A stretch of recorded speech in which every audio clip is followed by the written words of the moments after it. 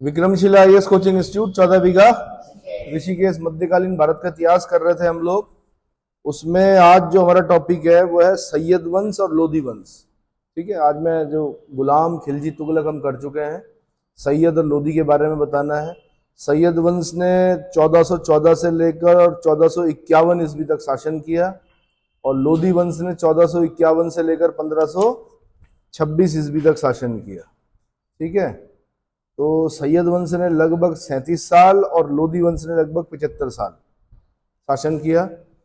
सैयद वंश में जो संस्थापक है वो खिजर खां है, जो कि 1414 से लेकर 1421 ईस्वी में मंगोल आक्रमणकारी तैमूर लंग को जिसने सहयोग प्रदान किया था और उसकी सेवाओं के बदले तैमूर ने उसे लाहौर, मुल्तान और दीपालपुर की सूबेदारी सौंपी थी। तो अब यहाँ से एक क्वेश्चन बनता है कि तैमूर लंग जिसका आक्रमण किसके समय में हुआ था? नसीरुद्दीन महमूद तुगलक के समय में हुआ था। उसके समय में खिजर खान ने किसका सहयोग किया? तैमूर लंग का सहयोग किया। ठीक है, तो उसने तैमूर लंग ने उसकी सेवाओं के बदले उसे कहाँ की सूबेदारी सौंपी? आंसर लाहौर, मुल्तान और दीपालपुर। लाहौर, मुल्तान और दीपालपुर। तैमूर के भारत से वापस जाते ही खिजर खान ने स्वयं को उत्तर पश्चिमी भारत में तैमूर के वायसराय घोषित करके शासन करना प्रारंभ कर दिया। यानी तैमूर का वायसराय घोषित किया इसने अपने आप को। वायसराय बोलते हैं उपराजा को, राजा रॉय, और वायसराय मतलब उपराजा। ठीक है, खिजर खान ने सुल्तान की उपाधि धारण नहीं की, वह रैयत आला की उपाधि से ही संतुष्ट रहा। रैयत आला, अब ये ध्यान रखना है यहाँ पे थोड़ा, रैयत आला किसकी उपाधि है? आंसर खिजर खां की है। ऐसी एक उपाधि शेरशाह सूरी के समय में शेरशाह सूरी ने ली। बंगाल के शासक नुसरत शाह को पराजित करने के उपरांत उसकी उपाधि है वहां पर हजरत आला। तो अगर ये दो क्वेश्चन बड़े कंफ्यूज करते हैं। अगर पूछ लिया रैयत आला किसकी उपाधि थी तो आपने बोलना खिजर खां सैयद की। अगर पूछा कि हजरत आला किसकी उपाधि है तो शेरशाह सूरी की उपाधि है। किसकी? शेरशाह सूरी की। ठीक है, तो खिजर खां ने सुल्तान की उपाधि धारण नहीं की, रैयत आला की उपाधि से ही संतुष्ट। उपाधि बोलते टाइटल को, इसको बोलते हैं, मतलब टाइटल लिया इसने। उसने अपने सिक्कों पर यानी कॉइन्स पर तुगलक शासकों के ही नाम रहने दिए। उसका मूल उद्देश्य तुर्क और अफगान सरदारों को संतुष्ट रखना था और अपनी प्रजा की सहानुभूति प्राप्त करना था। उसने एक संप्रभुता संपन्न शासक के रूप में शासन नहीं किया। संप्रभुता संपन्न शासक बोलते हैं सॉवरन। संप्रभुता मतलब जो कि हर एक फैसले लेने के लिए यानी अपने आंतरिक और बाह्य फैसले लेने के लिए क्या हो? स्वतंत्र हो। ठीक है, तो यानी सॉवरेन नहीं रहा ये। इसने संप्रभु संपन्न शासक के रूप में शासन नहीं किया, बल्कि वो तैमूर के पुत्र और उत्तराधिकारी शाहरुख के प्रतिनिधि और डेप्यूटी के रूप में शासन करने का दिखावा करता रहा। वेरी वेरी इंपॉर्टेंट, आपने ये बोलना है कि खिजर खां सैयद ने किसके प्रतिनिधि या किसके डेप्यूटी के रूप में शासन किया? आंसर शाहरुख। और शाहरुख कौन है? तैमूर का पुत्र, तैमूर लंग। लंगड़ा था ये इसलिए लंग बोलते हैं। तैमूर लंग के पुत्र और उत्तराधिकारी के प्रतिनिधि या डेप्यूटी के रूप में क्या किया इसने? शासन किया। हिंदी में डिप्टी बोलते हैं, बट आपने इंग्लिश में बोलेंगे तो डेप्यूटी। ठीक है, उसके बाद आता है कौन? मुबारक शाह। कौन आता है? ये 1421 से लेकर 1434 तक शासन करता है। इसने शाह की उपाधि धारण की, अपने नाम का खुतबा पढ़वाया और अपने नाम के सिक्के चलवाए। सिक्के मतलब कॉइन्स। खुतबा मैंने बोल दिया कि मतलब राजा का नाम लिया जाता है, नमाज के साथ उसके नाम से पढ़ी जाती है। ठीक है, शुक्रवार को। तो अपने नाम का खुतबा पढ़वाया और अपने नाम के सिक्के चलवाए। यहाँ पे इंपॉर्टेंट ये है कि इन चार शासकों में मुबारक शाह इसलिए इंपॉर्टेंट हो जाता दूसरे नंबर का, क्योंकि इसके दरबार में एक इतिहासकार है जिसका नाम है याहिया बिन अहमद सरहिंदी। क्या नाम है? ये याद करना पड़ेगा। सरहिंद का था शायद ये, इसलिए सरहिंदी बोलते हैं इसको। याहिया बिन अहमद सरहिंदी। इसने किताब लिखी तारीख मुबारक शाही। यानी तारीख मुबारक शाही किसने लिखी? याहिया बिन अहमद सरहिंदी ने लिखी। किसके समय में लिखी? मुबारक शाह के समय में लिखी। इसीलिए इसकी किताब का नाम है तारीख मुबारक शाही। मुबारक शाह के समय में लिखी तो तारीख मुबारक शाही। ध्यान रखना, अगर आपसे पूछेगा याहिया बिन अहमद सरहिंदी तो आपने बोलना इतिहासकार है। ठीक है, मुबारक शाह सैयद के समय का इतिहासकार है। लेकिन अगर पूछ लिया शेख अहमद सरहिंदी तब वो सूफी संत है। तब क्या है वो? और वो लगभग जहांगीर का कंटेम्प्रेरी है। ठीक है, और वो नक्शबंदी सिलसिले का है। सिलसिला बोलते हैं सूफियों में, जैसे हमारे हिंदू धर्म में संप्रदाय होते हैं शैव संप्रदाय, वैष्णव संप्रदाय, ऐसे सूफियों में क्या होते हैं, सिलसिले होते हैं। तो वो किस सिलसिले का है? नक्शबंदी सिलसिले का है। नक्शबंदी सिलसिला कैसा सिलसिला था? कट्टर सिलसिला था। कैसा थे वो? कट्टर थे, ठीक है, इस्लाम के प्रति कट्टर। अच्छा जी, सैयद वंश के विषय में जानकारी का एकमात्र स्रोत यहिया बिन अहमद सरिंदी की पुस्तक तारीख मुबारक शाही है। इसलिए भी इंपॉर्टेंट हो जाती है कि सैयद वंश का अगर इतिहास जानना है तो आपको यहिया बिन अहमद सरिंदी की तारीख मुबारक शाही पढ़नी पड़ेगी। तीसरा राजा जो बनता है वो मोहम्मद शाह बनता है 1434 से लेकर 1443 तक। इसने बहलोल लोदी का सम्मान किया और उसे अपना पुत्र कहकर पुकारा और खान खाना की उपाधि दी। खान खाना, खानों का भी खान। वैसे तो खान जो उपाधि होती थी वो सेना में होती थी, और ये उपाधि कैसी थी? खाली सांकेतिक थी, जल्दी से किसी को दिया नहीं जाता था, क्योंकि उसके अंडर में अगर बहुत ज्यादा सैनिक हो गए तो राजा के विरुद्ध क्या कर सकता था? विद्रोह कर सकता था।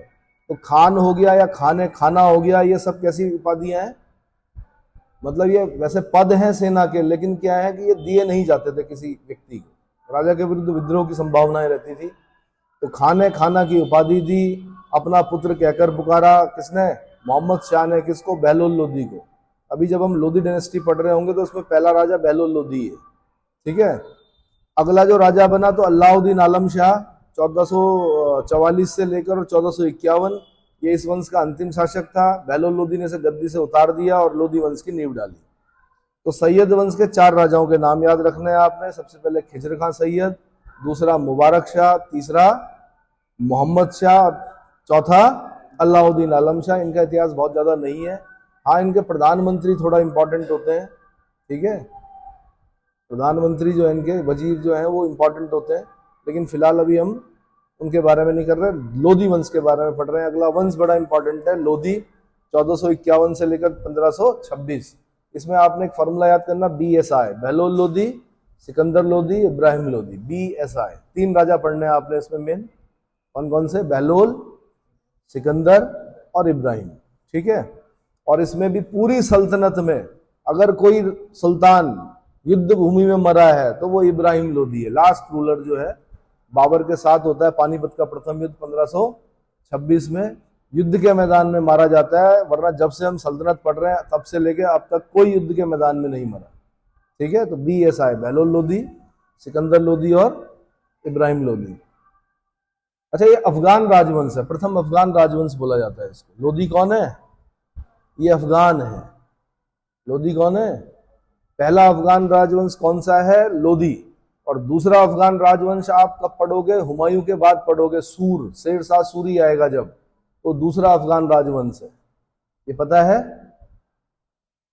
अरे भाई, बाबर ने अपने बेटे को समझा दिया था। बाबर ने 4 युद्ध लड़े थे। पानीपत का प्रथम युद्ध, first battle of Panipat, second, दूसरा युद्ध उसने खानवा का लड़ा, तीसरा उसने चंदेरी का लड़ा, चौथा उसने घाघरा का लड़ा, घाघरा का युद्ध, है ना। 4 युद्ध बड़े माने जाते हैं किसके? बाबर के। लेकिन उसने अपने बेटे को समझा दिया था कि अफगान सांप कुचला गया है, मारा नहीं गया है। लेकिन हुमायूं आपको पता ही है, जिसका नाम भाग्यशाली था, जीवन भर ठोकरे खाता रहा, मरा भी ठोकर खाकर, सीढ़ियों से गिर गया। शेर मंडल नामक लाइब्रेरी से अध्ययन करके आ रहा था, सीढ़ियों से पैर फिसला, नीचे गिरा और मर गया ठोकर खाकर। तो लापरवाह था, अपने पिता की बात नहीं मानी उसने, तो क्या होना पड़ा? निर्वासित होना पड़ा उसे कई सालों तक। तो तब कौन आता है? वो अफगान आता है, शेरशाह सूरी। कौन आता है? तो दूसरा अफगान राजवंश जो हो गया वो सूर राजवंश हो गया। पहले हम अभी क्या पढ़ रहे हैं? प्रथम अफगान राजवंश लोदी वंश के बारे में पढ़ रहे हैं। 1451 से लेकर 1526। दिल्ली सल्तनत के राजवंशों में लोदी वंश जो है वो अंतिम था।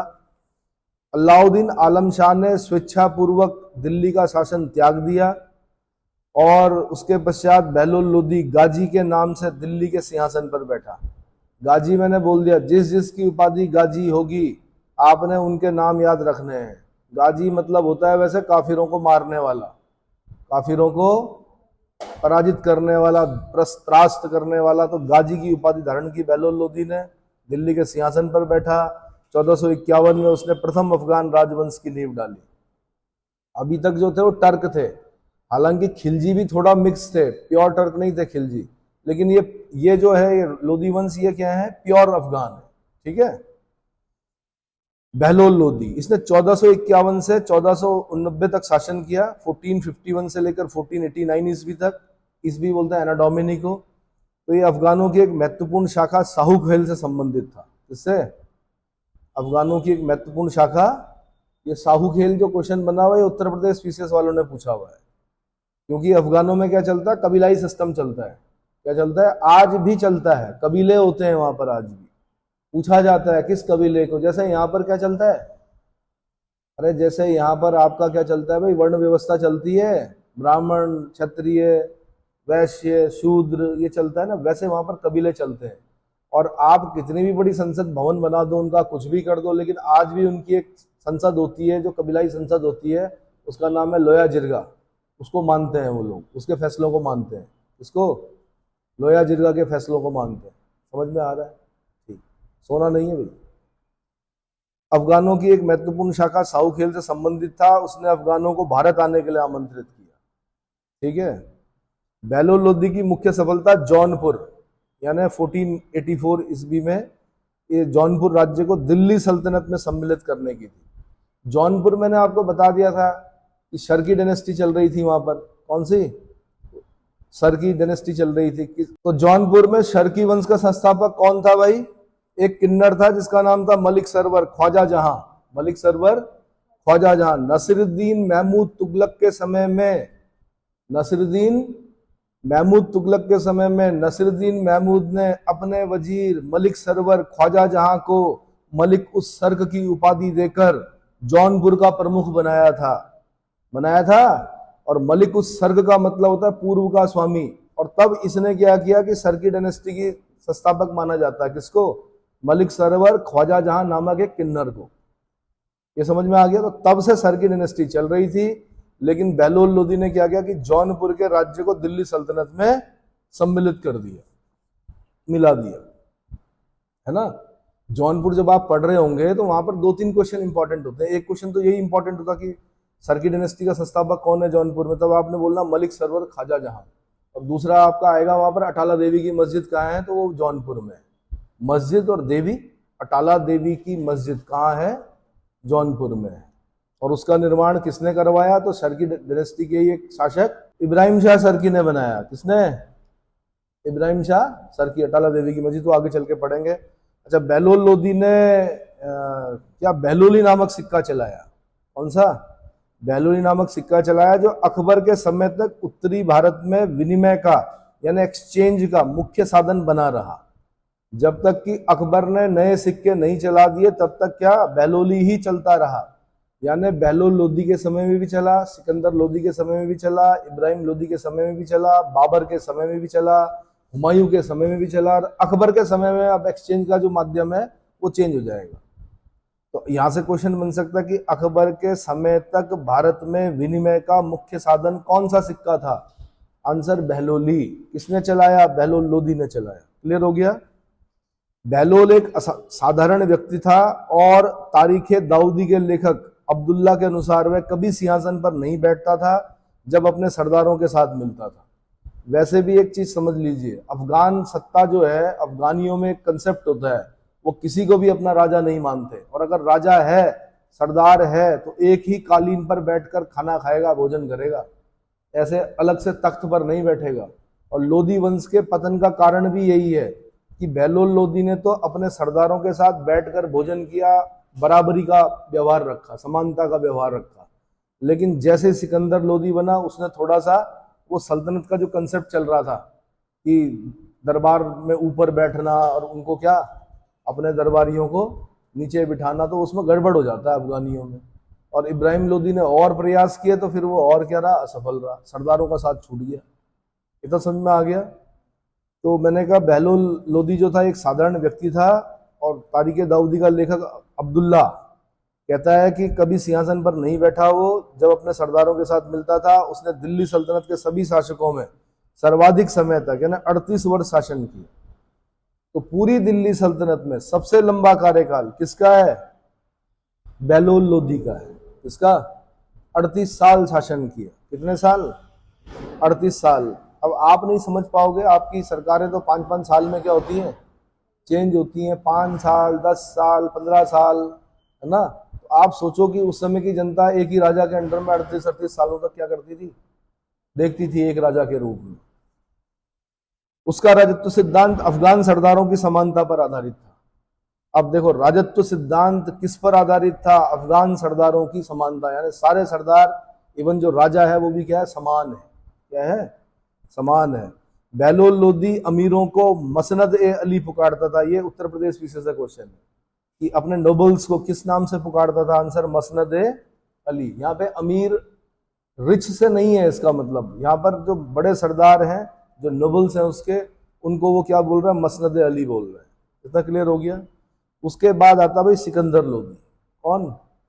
BSI, बहलोल सिकंदर इब्राहिम। तो सिकंदर लोदी का कार्यकाल जो है, शासनकाल, वो है 1490 यानी 1489 से 1517 एना डोमिनी। बहलोल लोदी का उत्तराधिकारी सिकंदर लोदी हुआ, जो लोदी वंश का सर्वश्रेष्ठ शासक था। सिकंदर लोदी का मूल नाम निजाम शाह था और उसकी माँ एक स्वर्णकार की बेटी थी। अब देखो, फिर ये एक हिंदू माँ का एक धर्मांध मुसलमान है। कौन? सिकंदर लोदी एक हिंदू माँ का धर्मांध मुसलमान है। इससे पहले हमने धर्मांध कौन पढ़ा? फिरोज शाह तुगलक। दूसरा धर्मांध कौन है? सिकंदर लोदी। तीसरा धर्मांध हम कौन पढ़ेंगे? औरंगजेब। ठीक है, धर्मांध तो काफी थे लेकिन बड़े धर्मांध हैं ये। इन्होंने अपने आप को ज्यादा श्रेष्ठ वो करने के लिए क्या किया? अत्याचार किए कुछ। चलो जी, बचपन का नाम, मूल नाम क्या है सिकंदर लोदी का? निजाम शाह। ये याद रखना थोड़ा सा। क्या नाम है? निजाम शाह। 1504 ईस्वी में उसने राजस्थान के शासकों पर अपने अधिकार को सुरक्षित रखने और व्यापारिक मार्गों पर नियंत्रण स्थापित करने के उद्देश्य से आगरा नगर की स्थापना की। मैंने बता दिया, राजधानी खोज रहे थे। एक सैनिक ने कहा आगे रहा है सुल्तान, तो आगरा का नाम जो पड़ा, आगे रहा है। आगे क्या है? रहा है, वहीं से नाम पड़ गया आगरे, आगरा। तो वैसे इसका नाम है आगे रहा, तो बाद में क्या हो गया? वो बिगड़कर आगरा। तो आगरा की स्थापना कब हुई? 1504 में। यमुना नदी के तट पर है आगरा। किस नदी के तट पर? आगे चलकर देखेंगे हम कि आगरा में ही ताजमहल बनाता है कौन? शाहजहां। ताजमहल का निर्माण कहां पर कराता है? शाहजहां आगरा में कराता है। ठीक है, यमुना नदी के तट पर। तो आगरा नगर की स्थापना हुए कितने साल हो गए? लगभग 500, कितने भाई? 16 और 5 कितने होते हैं? 21। 521 साल हो चुके हैं आगरा की स्थापना को। आगरा अपनी जगह पे ही था, पर जो शहर बसाया गया सिकंदर लोदी के समय में, यानी आगरा किसने बसाया? आंसर सिकंदर लोदी। ठीक है, वहां पर उसने एक किले का भी निर्माण करवाया जिसे बादलगढ़ का किले के नाम से प्रसिद्ध है। तो बादलगढ़ का किला किसने बनाया? आंसर सिकंदर लोदी ने। बादलगढ़ के किले का निर्माण किसने कराया? सिकंदर लोदी ने। 1506 ईस्वी में आगरा सिकंदर लोदी की राजधानी बनी। तो अब राजधानी कहां चली गई? आगरा। किसके समय में? सिकंदर लोदी के समय में। शासन में और सरदारों को नियंत्रण कर रखने में उसकी सफलता का मुख्य श्रेय उसके गुप्तचर विभाग को था। राज्य के हिसाब किताब की लेखा परीक्षण प्रणाली की शुरुआत की उसने खाद्यान्न करों यानी अनाज कर को समाप्त कर दिया और व्यापार से प्रतिबंधों को हटा दिया, जिससे लोगों को उनकी आर्थिक समृद्धि को बढ़ावा मिले। 2-3 काम ध्यान रखना है आपने। एक तो गुप्तचर विभाग के माध्यम से उसने क्या किया? सरदारों पर नियंत्रण रखा आपने, जो अफगान सरदार थे, नोबल्स थे जो। दूसरा उसने क्या किया? हिसाब किताब की लेखा परीक्षण प्रणाली, अकाउंट जिसको बोलते हैं, लेखा परीक्षण प्रणाली की शुरुआत की। लेखा परीक्षण क्या होता है? ऑडिट। लेखा परीक्षण क्या होता है? अकाउंट का ऑडिट करवाना कि भाई सही भी हो रहा है कि नहीं हो रहा है। ऐसा तो नहीं कर्मचारी कहीं क्या कर रहे हो, गोलमाल कर रहे हो। तो ऑडिट करवाया, लेखा परीक्षण करवाया, प्रणाली की शुरुआत कराई। दूसरा तीसरा काम उसका है खाद्यान्न करों यानी अनाज कर को समाप्त कर दिया। खाद्यान्न बोलते हैं फूड, है ना। फूड टैक्स जो थे वो क्या कर दिए उसने? समाप्त कर दिए। चौथा पांचवा काम जो उसका है वो व्यापार से प्रतिबंधों को हटा दिया। कुछ व्यापारिक प्रतिबंध लगे हुए थे जनता पर, वो हटा दिए, जिससे क्या हो गया? लोगों की आर्थिक समृद्धि को बढ़ावा मिला। समृद्धि बोलते हैं किसको? यानी धनाढ्य हो गए लोग, है ना। सिकंदर लोदी ने भूमि में गड़े हुए खजाने में कोई हिस्सा नहीं लिया। पहले क्या होता था कि अगर कोई आपको घड़ा मिल गया, उसमें सोने के सिक्के मिल गए, उसमें राज्य का हिस्सा होता था। उसने कहा नहीं, अगर किसी की भूमि है और उसमें से क्या कोई खजाना मिल गया तो वो फिर आपका है। जबकि आज भी ये है कि अगर आप बुनियाद खोद रहे हैं, कोई घड़ा मिल जाए तो आपको वो कहाँ जमा करना पड़ेगा? सरकार के पास। उसका 10% जो कीमत होगी वो आपको सरकार देगी। और कृपया अपने आप मत खा जाना उस, हो सकता है कि वो सिक्का आपको आपके पुराने इतिहास को बता रहा होगा उस क्षेत्र के। समझ में आ रहा है? कोई भी चीज अगर आपको मिलती है जमीन के नीचे, कोई निधि मिलती है, कोई सिक्का मिलता है या घड़ा मिलता है, तो वो क्या करना है आपने? गवर्नमेंट को बताना है। तो फिर उसके बाद इतिहासकार उसका अध्ययन करेंगे और इतिहास लिखने में सहायता मिलती है उससे। ठीक है। नाप के लिए एक पैमाना चलाया उसने, गजे सिकंदरी। कौन सा? गजे सिकंदरी। अब आगे चलकर क्या होगा? गजे इलाही चलाएगा कौन? अकबर। अभी क्या चल रहा है? गजे सिकंदरी। ये किसने चलाया? सिकंदर लोदी ने। ठीक है। ये 30 इंच का होता था। इसमें 39 खाने होते थे, जो मुगल काल तक प्रचलित रहा। खासकर मुगल काल में कहां तक? गजे बाबरी चलाता है बाबर, और गजे इलाही चलाता है कौन? अकबर। गजे बाबरी, गजे इलाही, और यह है गजे सिकंदरी। यानी राजाओं ने नापने के लिए अपने अपने गज चलाए, तो ये गजे सिकंदरी है। फिर बाबर चलाएगा गजे बाबरी और अकबर चलाएगा गजे इलाही। ठीक है। सिकंदर लोदी की लगान तालिका शेरशाह सूरी के शासनकाल में बनाई गई सूची का आधार बनी। उसने मुहर्रम और ताजिए निकालने बंद करवा दिए और मुस्लिम स्त्रियों को पीरों और संतों की मजारों पर जाने से प्रतिबंधित कर दिया। मस्जिदों को सरकारी संस्था का रूप प्रदान करके उसे शिक्षा का केंद्र बनाने का प्रयत्न किया। अब देखो भाई, मुस्लिमों में दो वो होते हैं मेन, एक शिया होते हैं, एक सुन्नी होते हैं। सुन्नी जो होते हैं वो कट्टर होते हैं, शिया जो होते हैं वो लिबरल होते हैं। तो शिया लोगों के मुहर्रम के दिन जुलूस निकलता है, ताजिए निकालते हैं ये लोग। बड़े बड़े, मतलब जैसे देवडोलियां होती है ना हमारी, तो हमारी तो छोटी होती है देवडोलियां, इनके बड़े बड़े सुंदर चिल्ले विल्ले लगाकर क्या करते हैं, ये जुलूस निकालते हैं। फिर उसके बाद सुन्नी लोग आते हैं, उन ताजियों को तोड़ते हैं, कुछ ऐसा होता है। तो ताजिए निकालने पर प्रतिबंध लगा दिया किसने? सिकंदर लोदी ने। मुहर्रम में जो जुलूस निकलता है वो बंद करवा दिया। साथ में इसने कहा कोई भी मुसलमान स्त्री पीरों की मजारों पर नहीं जाएगी, पीरों और संतों की मजारों पर नहीं जाएगी। साथ में इसने मस्जिदों को सरकारी संस्था का रूप प्रदान कर दिया। साथ में इसने बोला कि मस्जिद जो है वो शिक्षा के केंद्र बनेंगे। क्या बनेंगे? इस्लामिक शिक्षा दी जाएगी। सिकंदर लोदी ने हिंदुओं पर दोबारा जजिया लगा दिया। क्या कर दिया? हिंदुओं पर दोबारा जजिया लगा दिया। और एक ब्राह्मण, बोधन नामक एक ब्राह्मण था, उसको इसलिए फांसी दे दी क्योंकि उसने कहा था कि हिंदू धर्म और मुस्लिम धर्म एक है और पवित्र है। तो उसने कहा नहीं भाई, इस्लाम अलग है, हिंदू धर्म अलग है, एक कैसे बोल सकते हो? तो बोधन नामक ब्राह्मण को फांसी दे दी इसने। सिकंदर लोदी ने स्वयं के आदेश से एक आयुर्वेदिक ग्रंथ का फारसी में अनुवाद करवाया जिसका नाम था फरंगे सिकंदरी। यह बहुत बार क्वेश्चन पूछा जाता है कि फरंगे सिकंदरी की विषय वस्तु क्या है? आंसर आयुर्वेद। फरंगे सिकंदरी की विषय वस्तु क्या है? आयुर्वेद। आयुर्वेद समझते हो? जो आप दवाइयां खाते हो एलोपैथी में आता है। जो आप जड़ी बूटियों से बनी हुई दवाइयां खाते हो जिनके साइड इफेक्ट्स नहीं होते हैं, वो आयुर्वेद में आते हैं। पतंजलि योगपीठ के द्वारा जो दवाइयां दी जाती हैं वो आयुर्वेदिक है। और जो यूनानी होती हैं वो होम्योपैथी होती है। कौन सी? अल्कोहल से जिसमें इलाज किया जाता है, दैट इज होम्योपैथी। और क्या क्या होता है?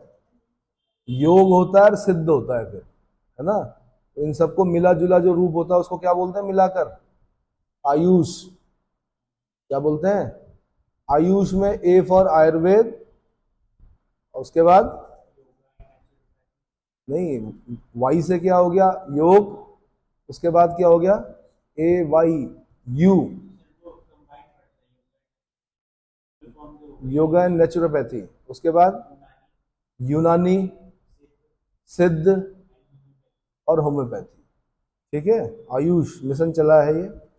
चलो जी, तो ये आईएएस का क्वेश्चन रहा है। आयुष की फुल फॉर्म पूछी गई है, किसका एब्रीविएट है, तो इसलिए पूछ रहा हूं मैं आपसे। फरंगे सिकंदरी की विषय वस्तु क्या है? आयुर्वेदिक ग्रंथ है। इसके समय में गायन विद्या का एक श्रेष्ठ ग्रंथ लज्जते सिकंदर शाही की रचना हुई, जो भारतीय संगीत पर पहला फारसी ग्रंथ है। तो भारतीय संगीत का पहला फारसी ग्रंथ कौन सा है? आंसर लज्जते सिकंदरी।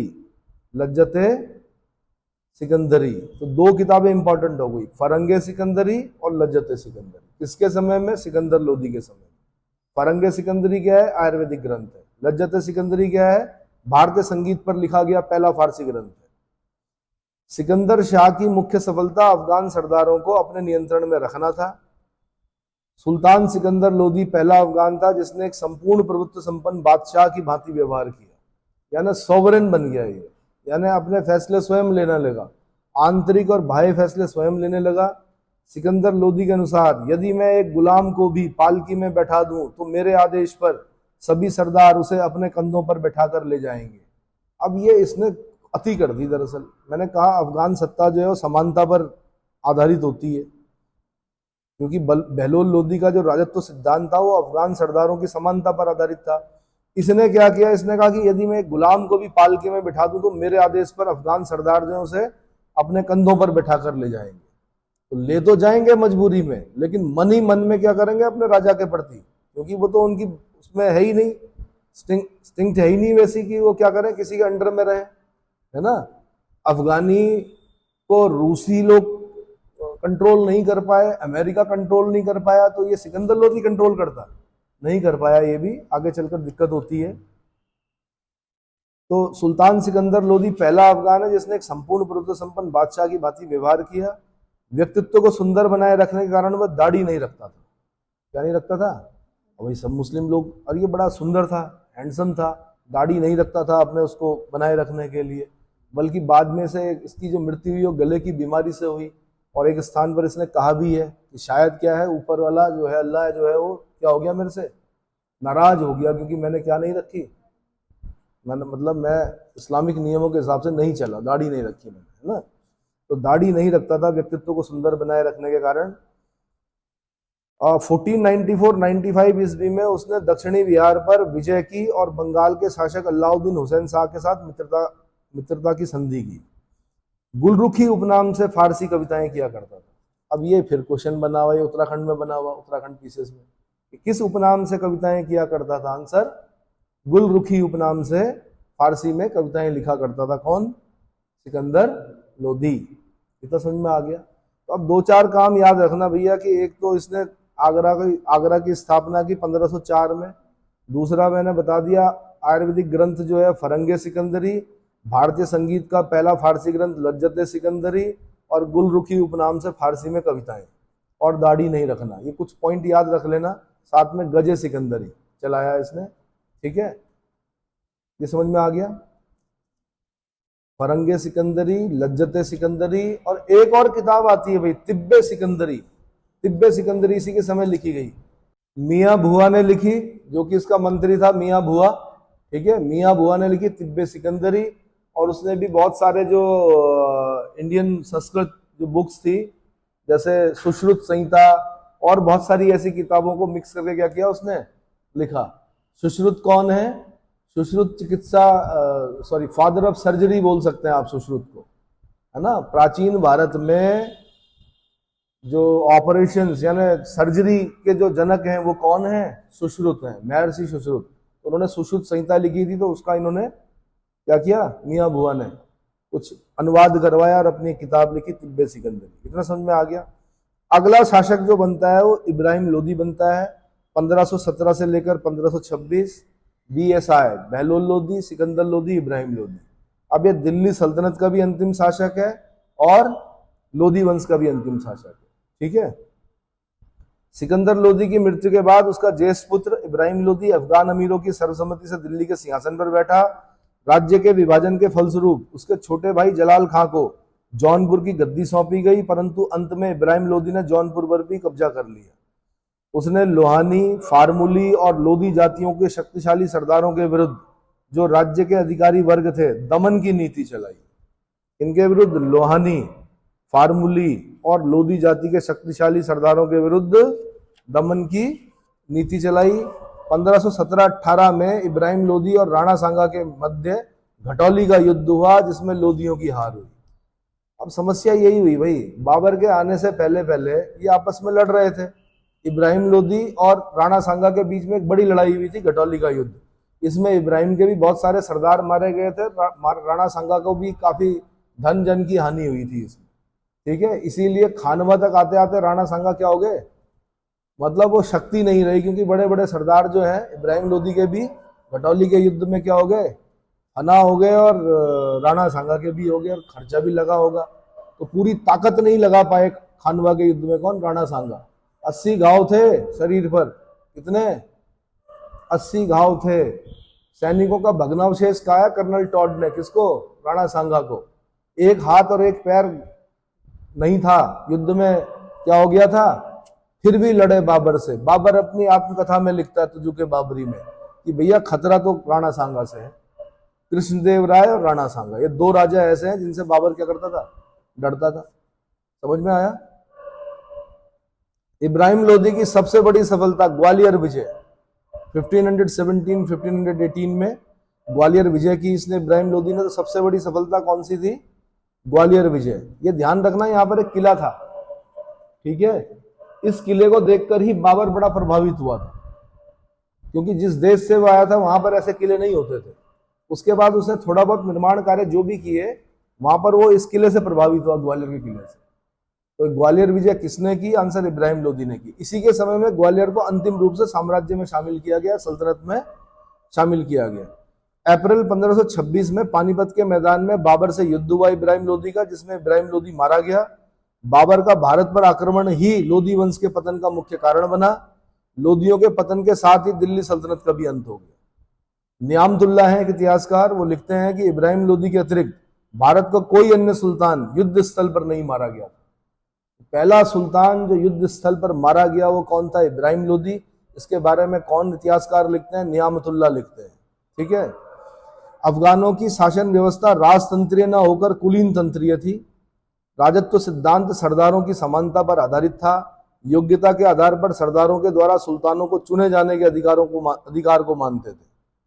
सुल्तानों को चुने जाने का अधिकार किनके पास था, सरदारों के पास था। योग्यता के आधार पर ये क्या करते थे, अपने सुल्तान को चुनते थे। इब्राहिम लोदी कहा करता था कि राजा का कोई सगा संबंधी नहीं होता, राजा का कोई सगा संबंधी नहीं होता, और ये बात सही है, ऐसा होना भी चाहिए। राजा का सगा संबंधी नहीं होना चाहिए। अगर आप अपने किथ एंड किन्स को ही ध्यान में रखोगे तो श्रीलंका जैसा हाल हो जाएगा। श्रीलंका में क्या हुआ, प्रधानमंत्री, राष्ट्रपति, बड़े बड़े पदों पर सब एक परिवार के, राजपक्षे, कौन जी, राजपक्षे परिवार के। तो क्या हुआ, फिर बगावत होती है, फिर बागी हो जाती है जनता जब देखती है कि भाई क्या एक ही परिवार क्या कर रहा है, सभी बड़े पदों पर आसीन है, तो ठीक नहीं है। इतना समझ में आ गया। अगले लेक्चर में बताऊंगा दिल्ली सल्तनत का प्रशासन, एडमिनिस्ट्रेशन ऑफ दिल्ली सल्तनत।